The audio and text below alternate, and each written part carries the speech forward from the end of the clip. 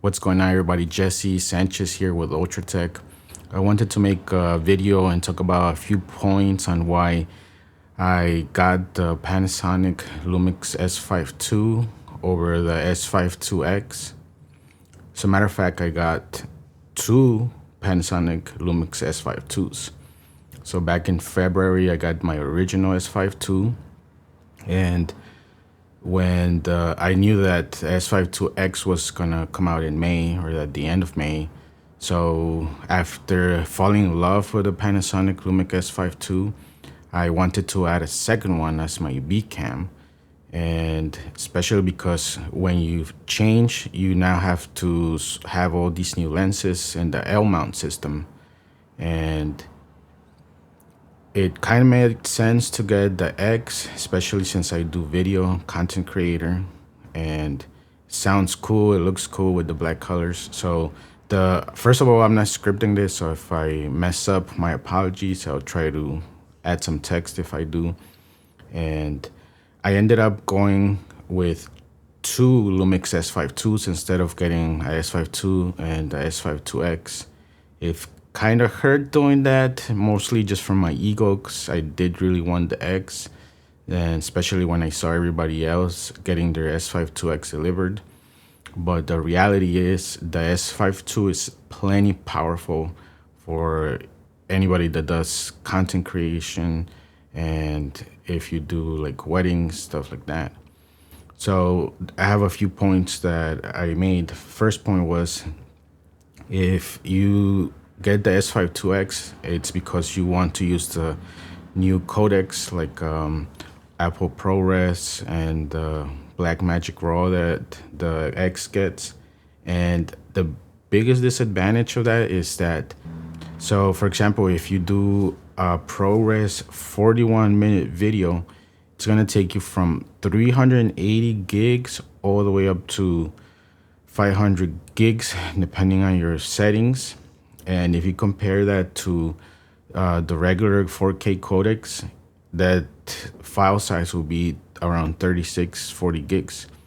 So you'll go from a 30 gig file to almost half a terabyte video file. So that's insane. So just imagine you're doing videos every day or even twice a week. If you're shooting in this new codecs that are super powerful, you're gonna need a lot of storage. Me, I have big terabytes on my hard drive. I have about 4 terabytes. And when it starts to fill up, I move them to my cloud storage. I use Google Drive desktop, Google Drive.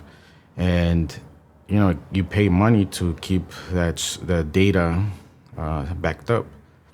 So just imagine, just within 5-6 videos, I would fill up everything. I would fill up my computer, fill up my storage, my cloud storage provider, so it wouldn't be very cost effective.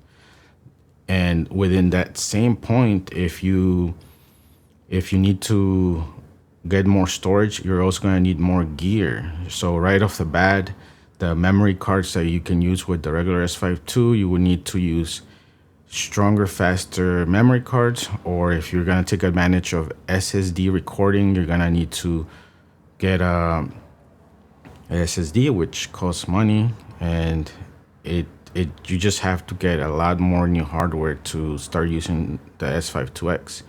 And knowing myself, I knew I was going to get the S5 IIX. I was going to get the extra gear, a few $100s more of gear, just to be able to save in those new codecs.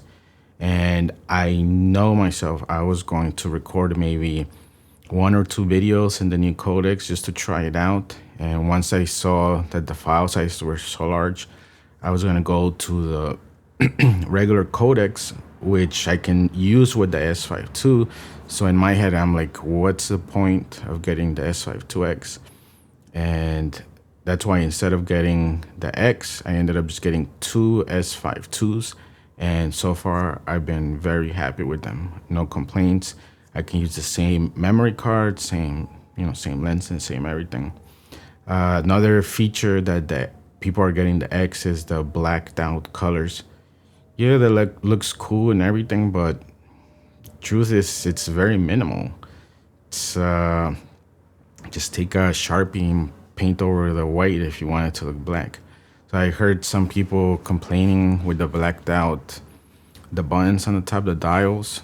Some people were saying they couldn't even see what they were changing the settings to because it's blacked out. So that's a disadvantage right there. And I'm sure it looks cool and you care about it for like a week or two, and then you forget about the blacked out and it won't even matter. At least that's what I would feel like it would do to me. And the third point I wanted to make on this, it's the S5 II and the S5 IIX are identical on the important features. So some of those important features would be autofocus, exact same system on both cameras. The sensor, they're both exact same. And the cool open gate features, you can use both open gate on both of the cameras. So one thing that might be worth it would be for the live streaming with the Wi-Fi or wired, but you can still stream with the S5 II if you use a program ODS and you capture video. You can still live stream with the S5 II using the PC tether mode. So it's not the end of the S5 II for streaming. You can still stream with it. So for me, I was gonna get this new camera on credit and make like 4 payments. So because you're saving $200 extra, it's one less payment I gotta make, and the less debt we are in, the better it is. So anyways, yeah, that was the whole point of this video, just to give some points on why you probably don't need the S5 IIX and you'll be plenty happy with the regular S5 II, especially if you're a content creator, you're pushing out videos for yourself. You have to take care of your own storage. If you get the new codecs, you're gonna have to require tons of storage. That's very expensive. Either paying it locally or paying a cloud provider, it can add up. So I hope you enjoyed this video and found value. And if I messed up anything, my apologies, but it's going unscripted. Until next time, Ultratech out.